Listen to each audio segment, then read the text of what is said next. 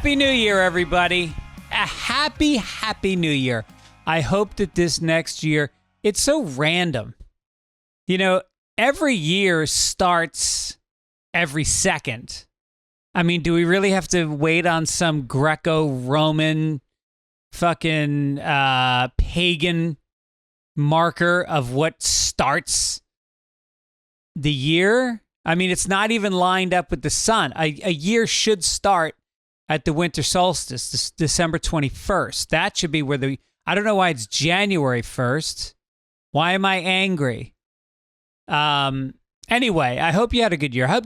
This is exciting, though. It gives you an opportunity to feel like change is imminent, that you are an agent of your own destiny. You feel like this one. This first week of January, you feel like this is going to be the year that doesn't suck like last year. And then February rolls around, you're like, nah, this one's going to suck too. But you give it a shot. I got I'm a big believer in resolutions because I feel like even if it only lasts a month, you did it for a month. I know Sober January is like a big new thing that people are doing. I am doing, what do I got? I wrote them down. My New Year's resolutions are I'm going to do social media for 1 hour a day. That means replying to everybody on every social media outlet, Facebook, Twitter, YouTube, Instagram, and then emails to the website, and then put out a tweet or two, put out a video a few times a week. Get with it, Greg. The world is flying past you as you think you can just be funny and your career will sail forward. No, you got to be a fucking marketer. So I'm going to do it. I've given over to it. I'm going to work with the fine folks at Midcoast Media to put out more material. I'm also going to write new material. I did my special last month, and now I'm going to spend 1 hour. I've done it since the 1st, and today's the 3rd. I have done it every day. I'm doing an hour of writing, uninterrupted, writing new material. I'm going to meditate for 20 minutes a day, which I did for many, many years, and I kind of fell off in the last year. I'm going to exercise about 5 days a week, which I kind of already do. I'm going to volunteer there's this great food kitchen in LA, the People Concern, and I'm going to work there. I'm going to try to work there every other Sunday. And as always, I will maintain my restraint and not jerk off on Mondays. That's the key to the week. Get through Monday. Get some stuff done. Then you can celebrate on Tuesday. Did you text people that you should be in touch with more, but once a year you reach out to them? Did you do that? I did that with a bunch of people. And I called my mom. I called her in Florida. I guess it was probably 11 o'clock, and sounded like she had a good buzz on. She was very funny. And she told me that down there they call it 9 o'clock. They call the Florida midnight. That's when they celebrate, 9 o'clock. And she's a riot. She had some funny stories. But I miss being drunk sometimes. It's an excuse to get drunk, because when you're drunk, it's just more interesting shit happens. You put yourself in a position where you're more emotionally vulnerable, you're more effusive, you're more emotive, you take chances. You are more apt to go for pleasure, to fucking do whatever it takes to get the pleasure in that moment, which leads to trouble. I mean, don't get me wrong. It leads to trouble, but who do you want to talk to on Monday morning? Me? The sober guy? Or Doug Stanhope? What'd you do this weekend, Stanhope? Well, I was on a rooftop, and I thought I could jump across, and I ended up on a cable. This midget helped me. I mean, there's good stories. I just can tell you about that I love my wife and kids. Who wants to hear that again? I do. We just went out. The whole family went out. By the way, there's no guest today. I don't know if I mentioned that. Today, I always do the first podcast of the year by myself because that's my favorite podcasts are just sitting alone, talking to you guys.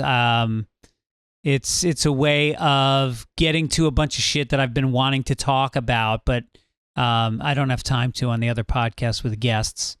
Went out to Joshua Tree, which if you don't know California, it is out by Palm Springs. It's a beautiful national park, or is it a state park? I think it's a national park. And it's got these Joshua trees that are not actually trees, they're bushes, but they're pretty wild looking. Just look at the cover of U2's phenomenal album. I think it might be their best album, or my favorite album of theirs, Joshua Tree. And there's landscape. It's just these giant, smooth, white boulders piled up. It's right where the San Andreas Fault is. And so over time, it's pushed the earth up and it's created these beautiful crevices, and people do a lot of mountain climbing. We took a bunch of hikes.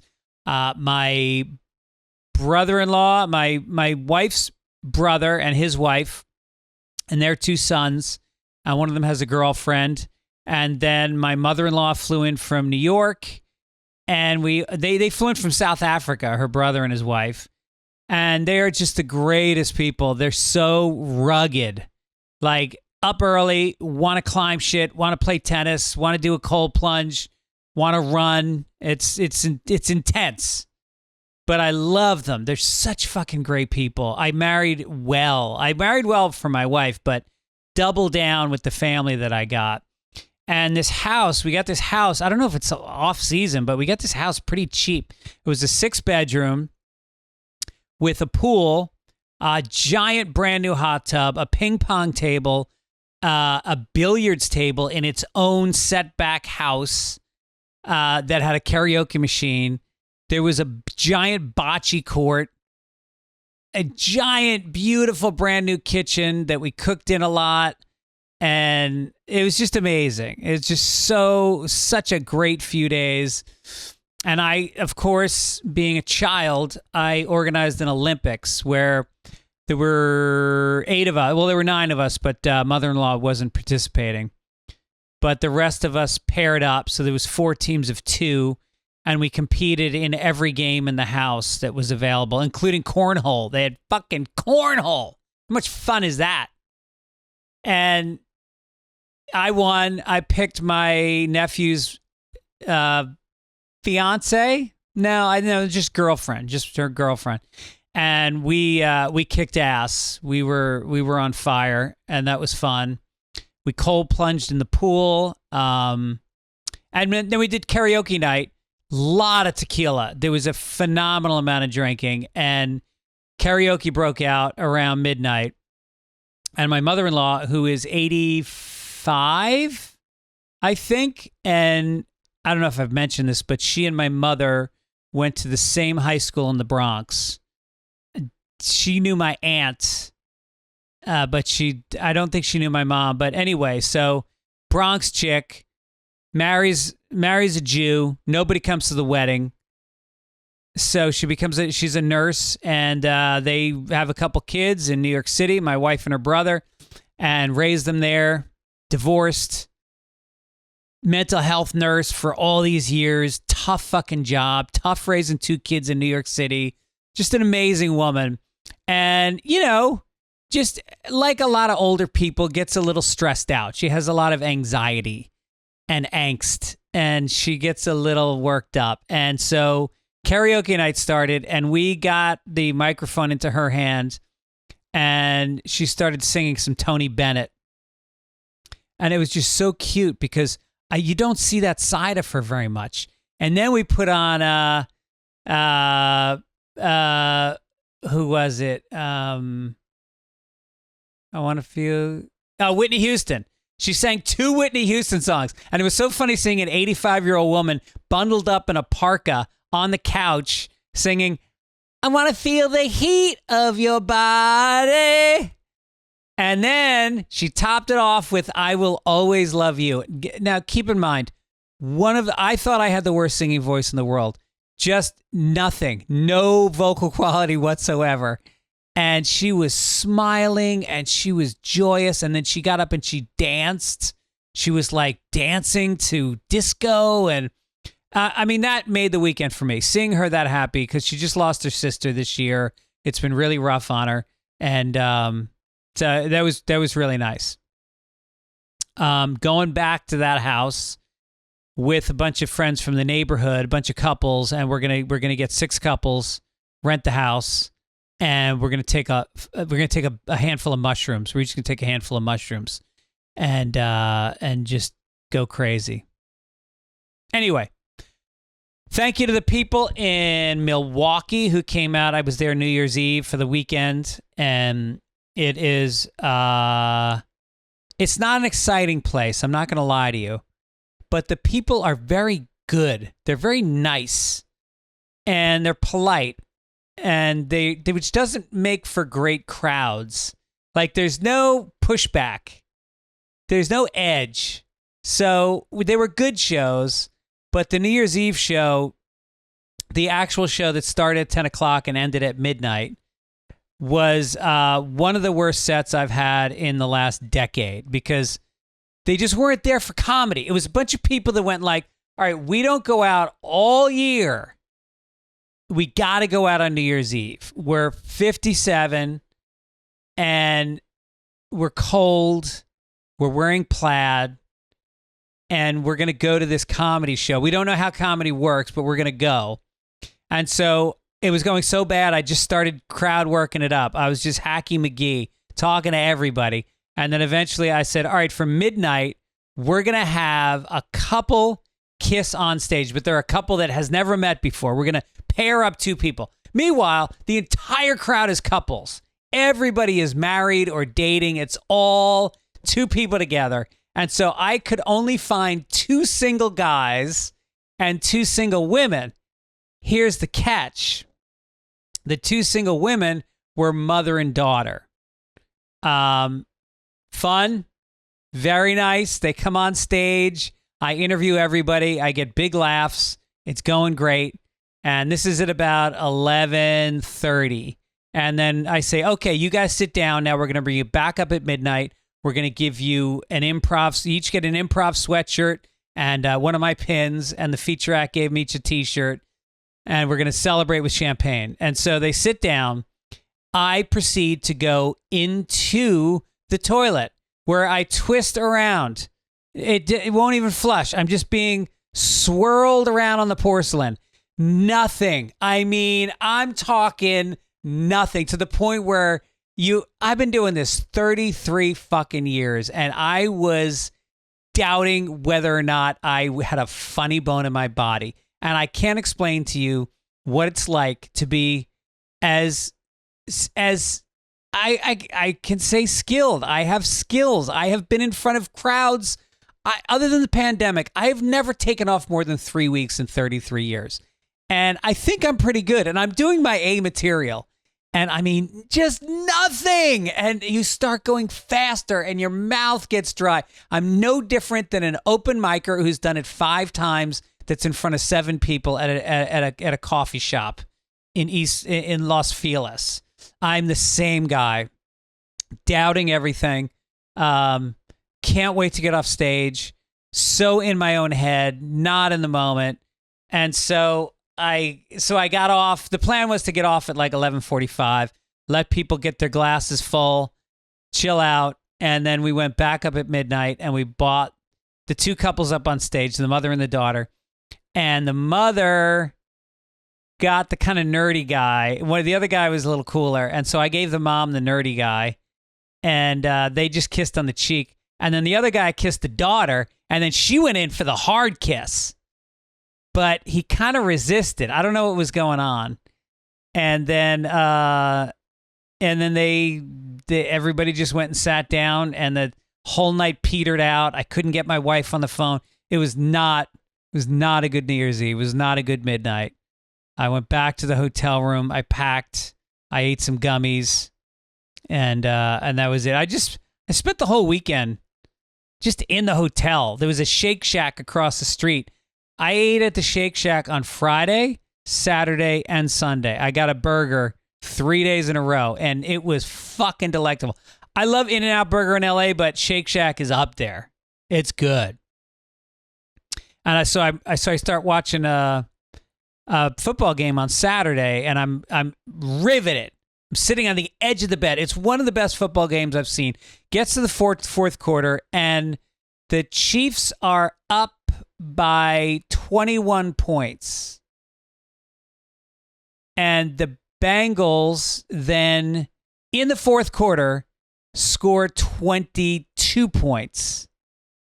And then I think it went into overtime. And the whole time, I'm like texting all my friends, are you watching this fucking game? This is incredible.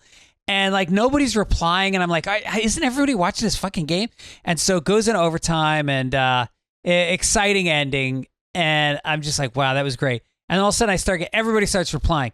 What the fuck are you talking about? They play tomorrow. The Bengals and the Chiefs play tomorrow. And it was like a telecast from 3 years ago. It was a rerun that they was on like an off channel. It was on like the NFL channel or something. And so anyway, that was my Saturday. And editing my special. So got home on Monday. So off. Got home on Monday, and then last night watched Maestro with my brother-in-law, sister-in-law, my wife. I made it about 16 minutes in. I don't know if you've seen it. It's Cooper, what's his name? Bradley Cooper, with a big prosthetic Jewish nose on, which wasn't that a thing that like Sarah Silverman was like, she talked about Jew face a couple years ago, and that, you know, they should get Jewish people to play those roles. And Bradley Cooper couldn't be a less Semitic person. And he had on this, and he was smoking nonstop. There was not a single scene he was in that there wasn't a cigarette dangling from his mouth. He was talking like a 1940s. You see here, guy, I'm going to play some music, and he sounded like John Mulaney's stage voice. And it was so fucking annoying.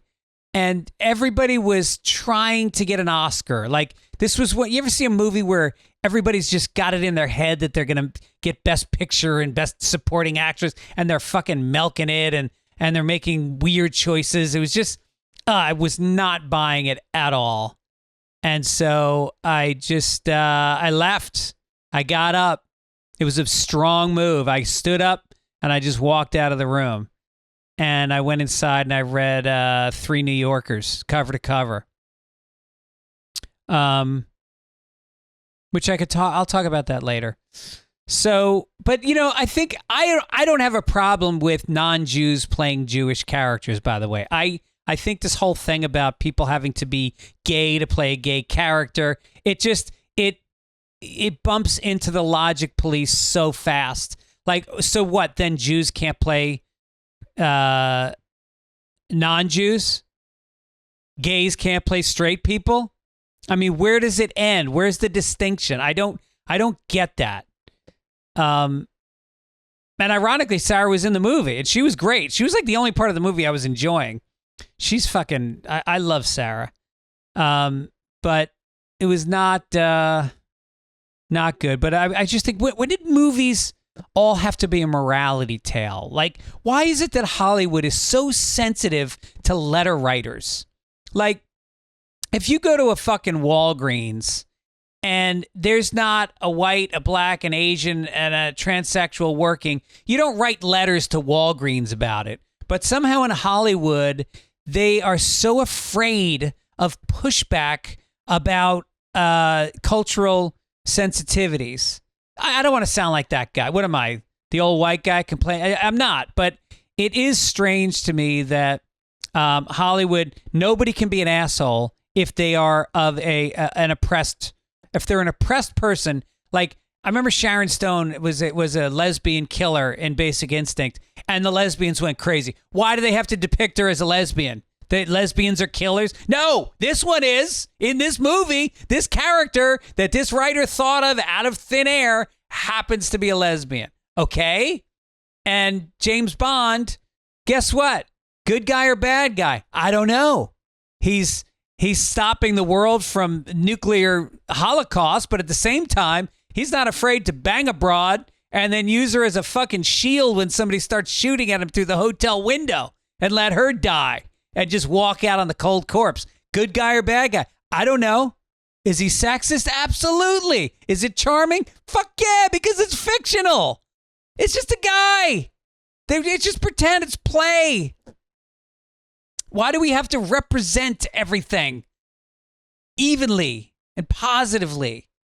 Especially comedy. I'm tired of these fucking stand-ups that are these positive stand-ups. That's the whole new breed. Is just they're fucking folk music comedians. They're saccharine. They have no balls. They challenge nothing. They don't say anything that could be taken wrong by anybody. And it's fucking tired. And I blame you guys for supporting it. Why are you watching this shit? Comedy should be dangerous. Comedians should be unlikable. Especially Irish ones. Right? I don't know. Does everything have to have a happy ending? Anyway. So the relatives are still here. I think they leave Thursday. We played paddle tennis this morning. And then we're going to go visit them next Christmas. The family's going to South Africa. They live in Johannesburg. And we're going to spend a few weeks in South Africa, go down to Cape Town, go to Mozambique, do a little safaring, go to Sun City. We've been to South Africa a few times, and I like Sun City because South Africa has no rules. And they have a water park where the wave pool has waves that are, I don't know, 12 feet. It's fucking crazy. It's like tsunamis, and people are getting flipped in the air, and the pool is shallow, and there's like one lifeguard. There's no. You go on the safari. You don't have to stay in your car. You can just anybody can go anywhere. We stayed in a tent in the middle of the park last time. I unzipped it, and like you heard fucking lions. If you've never heard a lion growl in the wild, your molecular, you. Why can't I speak? On a molecular level, you just rumble. Your fear is so intense. You freeze. You can see why they do it, because the prey freezes. And I unzip the tent in the morning, and there's a fucking giant ostrich head. Like an ostrich in Africa. Its head was the size of two of my heads, and it was right there. So we're going to do that. What else are we going to do? I guess we're going to we're going to Mazatlan, which is in Mexico. On April 7th there's a solar eclipse that's happening on April 7th. And my son he just finished a month in Guatemala, traveling with his buddy. They're just taking buses around and staying in youth hostels and climbing volcanoes.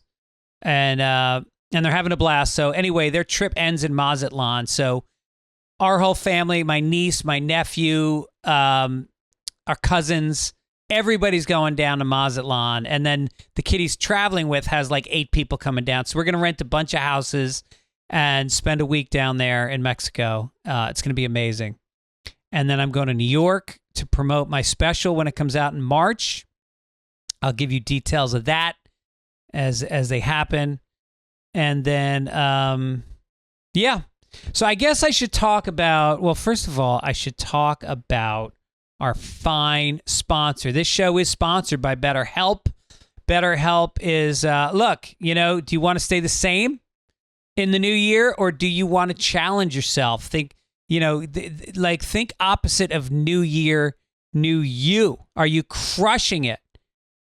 I mean, do you want to crush it? This is the time. This is some momentum that you can grab onto. Use it. I know it's corny and I know it's random, but use it. Why not? Take charge of yourself.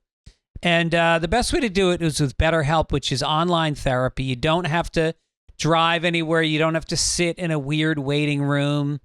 No, it's just It's simple. They have licensed therapists that are matched to you based on a questionnaire you fill out and what you're trying to accomplish, what your background is.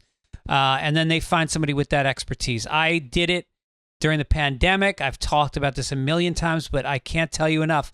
I had a great experience, and I really feel like this is the best way to do therapy online, and I think this is the best company to do it with.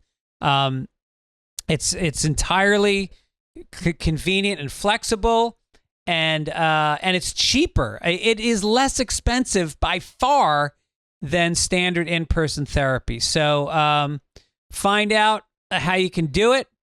Visit betterhelp.com/Fitzdog today to get 10% off your first month. Start the year right. That's BetterHelp, HELP.com/Fitzdog. Do it. All right, so I think it's all about gratitude this year, talking about what you're grateful for in the past year. So I made a list, and first thing I have down was my son graduated college, which was a very big deal. He went to DePaul in Chicago, and he had to go through hell with the pandemic. I shouldn't say hell. No, the Tutsi warriors in Africa go through hell when they're beheaded. No, he went through a very difficult, challenging time with taking classes online, and then having the next year, half the year's canceled. He's got to wear a mask. It kind of sucked, but he pushed through it. I'm very proud of him, and now he's moving on with his life. My daughter is doing amazing. Every time I think I can't love her enough, I just fall more in love with her. She's just the most awesome, unique, smart, cool chick. And she's taken her classes, and she's working, and she's got great friends, and she's a great daughter. So I'm very thankful for that. I'm obviously thankful for my wife. She's got a new career that's really booming this year as a doula, and she's had a bunch of clients that she's worked with, little babies, and helped the families get acclimated to their new lives, helped them to breastfeed and sleep coaching, and she loves it. She comes home with a smile on her face, and I'm really happy for her. And yeah, but what else can you say? We had a great trip. The whole family went to Ireland. My mother, my sister's family, my brother spent a week in Ireland and a week in Spain, and that was pretty magic. We tried to do it during the pandemic, got canceled. The next year we got boxed out of getting a house because it was so busy. So we finally made it this year, and I did a show over there, and we took a lot of hikes and had a lot of great dinners, and there was just a lot of laughs, and it was fun. I visited my mom in Florida, which was nice because she's been having a rough year since her heart surgery. So we just chilled, just me and mom, for a week down in Florida. I got to do that again this year, I think. Went to some fun concerts, saw Neil Young, saw The Dead, went to Nashville with Gibbons, stayed with his girlfriend, and we went and saw Jason Isbell and Wheeler Walker Jr., both at the Ryman Auditorium. That was amazing. Had a crazy good Thanksgiving. Mom came out. We did the soccer and the cold plunge after dinner in the ocean and the dessert thing. That was great. My cousin Denny, I'm very grateful for him doing so well in the U.S. Open. I went to the U.S. Open this year. His dad got me some tickets, and I walked the course with him and watched Denny do great. Had a great year. Grateful for, where else did I go this year? I wrote down, I went to Philadelphia, stayed with my buddy Dan Brickner, who I never get to spend a lot of time with. Stayed at his house with his wonderful wife and kids, and it was that was great. Went to Malibu one weekend with Aaron and a couple friends. Went to Escondido, which is down by San Diego, with my wife. Just me and her. 3 days. We played Frisbee golf, and we just hung at the pool and hiked, and it was nice. It was great. Went to I went to a bunch of places. I went to Florida with Bert Kreischer, and I did my first time I ever was on a tour bus for like 4 or 5 days, and just traveled around sleeping on a bus, doing shows at arenas with 16,000 people, went to the Daytona 500, stayed up partying with Shane Gillis and a bunch of lunatics one night in a Florida parking lot. It was pretty awesome. I want to thank, I'm also thankful that I made some friendships, friends that went deeper was nice this year. The couple people that are very special to me, Andrew Santino, who I feel like I just got to know a lot more and got to love more. Annie Letterman, I got to know and love more. So I'm thankful for that. St. Patrick's Day show, it was the 15th year. Zach came down, Bill Burr, Harlan Williams. Who else? We had some other great acts on, but that was great. We did the Best Buddies benefit show. Sarah Silverman came down, Santino and Bobby Lee, Ron Funches, Annie Letterman, and then the Chris Tenney went up, who's a best buddy who's got autism, and he did stand-up comedy and killed. That was great to watch. I did 22 episodes of a game show that's coming out, I think, this month. I have to let you know what the air date is for the Game Show Network. I sold a show to the Game Show Network with my buddy Mike Dugan, so we developed that all year. We pitched it, did not get bought, but hey, it was a lottery ticket. I got a deal this year to write a script with a guy named Matt Fulcheron, who's a really talented comic. Bill Burr is producing it, so we're writing the script. We're going to go pitch that this year. I shot my special this year at Joe Rogan's Club. That went really well. I'm editing it now. A movie I shot with Doug Stanhope came out this year. It got released. It did really well, and it's called Road Dog if you want to see it. And Doug Stanhope won some awards for his acting, which he disparages. I think he didn't like winning. I did 24 weeks on the road this year, which is kind of exactly where I want to be. I always want to be on the road like every other week, so that worked out great. I did my 1,000th episode of my podcast. So I did 49 Fitzdog radio podcasts this year. I did 48 Sunday Papers podcasts this year. And then 26 Childish podcasts. The Fitzdog radio, I can't list all the guests that meant a lot to me for coming on, but some of the highlights were Reggie Watts was great, Dave Attell, Robert Smigel, Lewis Black, Doug Stanhope, Susie Izzard, Rob Corddry, Pauly Shore, Tim Dillon, David Cross, Kreischer, Sam Morrell. It was a great year. So if you want to go back and listen to episodes, you can go to the website and get the premium membership for I think it's like $20 a year, something like that. I added these up. I did 237 shows in Los Angeles. I directed Zane Lamprey's stand-up special. I'd never directed a special before. I had a goal at the beginning of the year to grow my Instagram up to 100,000. I am now at 99,700. So I missed that goal, but let's make it happen. If you haven't followed me on Instagram, please take a minute right now. Get me over the line. That would be fucking great. I just got a new studio. Got kicked out of my old studio so they could make pickleball courts. Not making that up. And now I'm in a new studio, which actually is way nicer. It's a giant green screen studio with a lot of new cameras, and I think you're going to see a difference in the quality of the shows. So that was what I was grateful for, and my health, of course. Nobody too close to me died. That's a nice year when that happens. And I just hope to sell out Madison Square Garden this year. No, I really don't. I've never had that hope. I've never understood people who said when they were little that they dreamt of selling out Madison Square Garden. That's always such a fucking weird. I remember Dane Cook said that he wrote that down when he was a kid, that he wanted to sell out Boston Garden or Madison Square Garden, and he mailed it to himself, and he still has it. No, you didn't. I don't think you did. I mean, maybe you did, but why? Who would dream that? Oh, it's like, and then you can see like America's Got Talent. You got all these kids that are like, their dream is to be a singing star. Why? Just fucking try to get a hand job like everybody else. That's all you need as a teenager. Just too much emphasis on following your dreams in this kind. I don't want to be negative, but it costs a lot. Following a dream, you give up a lot. And sometimes it's for the wrong reasons. People do it because they want to be famous. Fame sucks.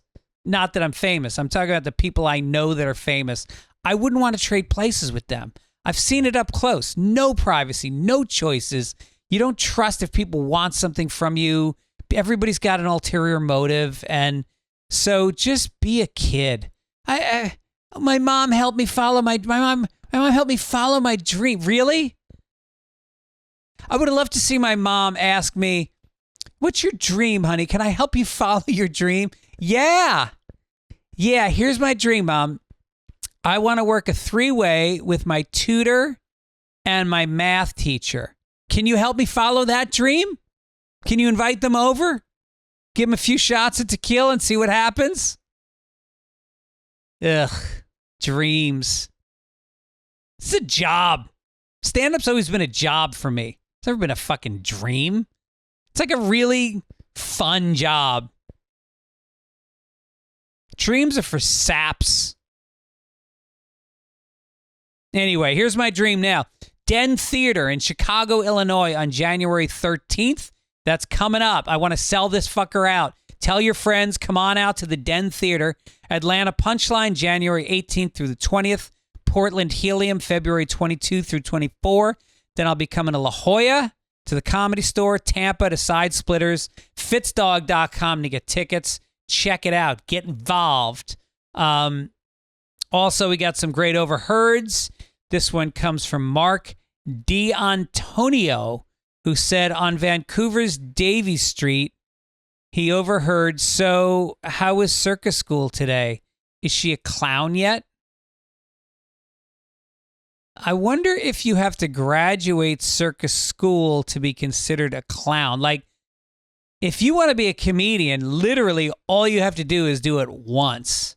Now you're a comedian. Congratulations. Same as me. Same title. But with a clown, maybe you have to, even though a clown sounds like the silliest job in the world, France takes it very seriously. Like, I remember TJ Miller. TJ Miller went to France and went to fucking circus school to be a clown. How fucking cool is that? How about getting your kid to do that? Everybody, I got to get my MBA in business. No, go to clown school in France. I guarantee you'll have a better life. This was from Lucia Ribeiro, who's a dear friend of the show.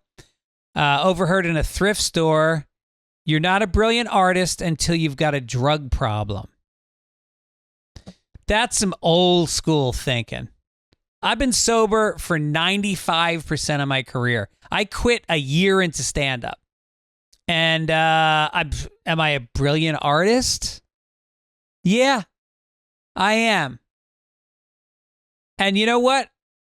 You don't need to do drugs or drink. Some of the best comedians out there don't do drugs or they drink a little. But, some of my favorite, Dave Attell, doesn't touch his stuff. Doesn't do anything.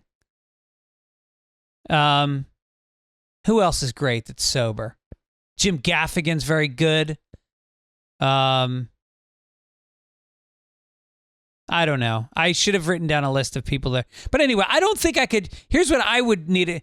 I would have a drug problem if I worked in marketing. If that was my job, if I was in sales or marketing, I would need a drug problem. I would need to be high all fucking day to do some soul-crushing corporate shilling for a product I didn't believe in.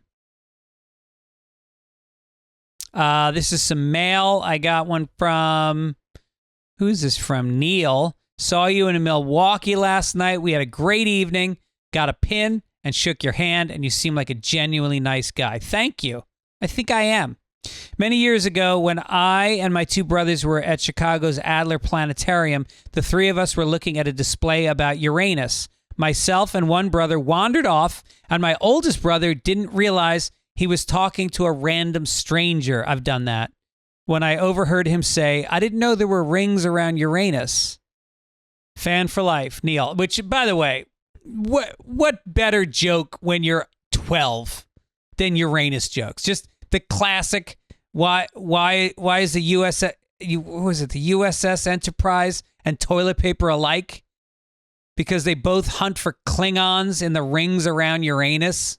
I mean, it's just a fucking layup. It's like life.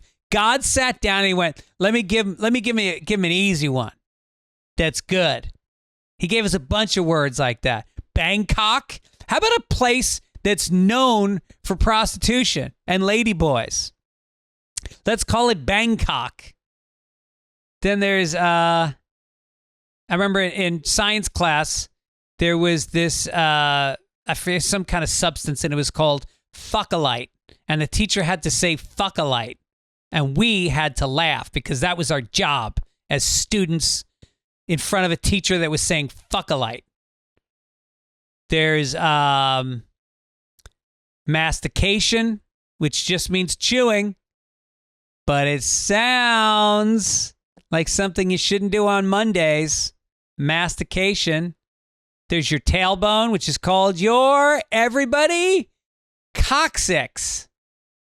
That's a good one. Uvula is a good one, in the back of your throat. That sounds dirty.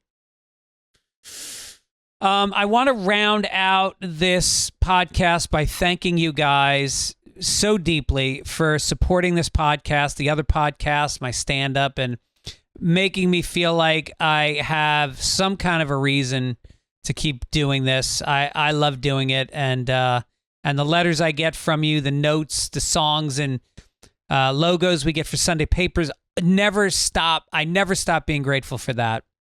And thank you for letting me be in your lives, in your ears, whatever it is that you do while you listen.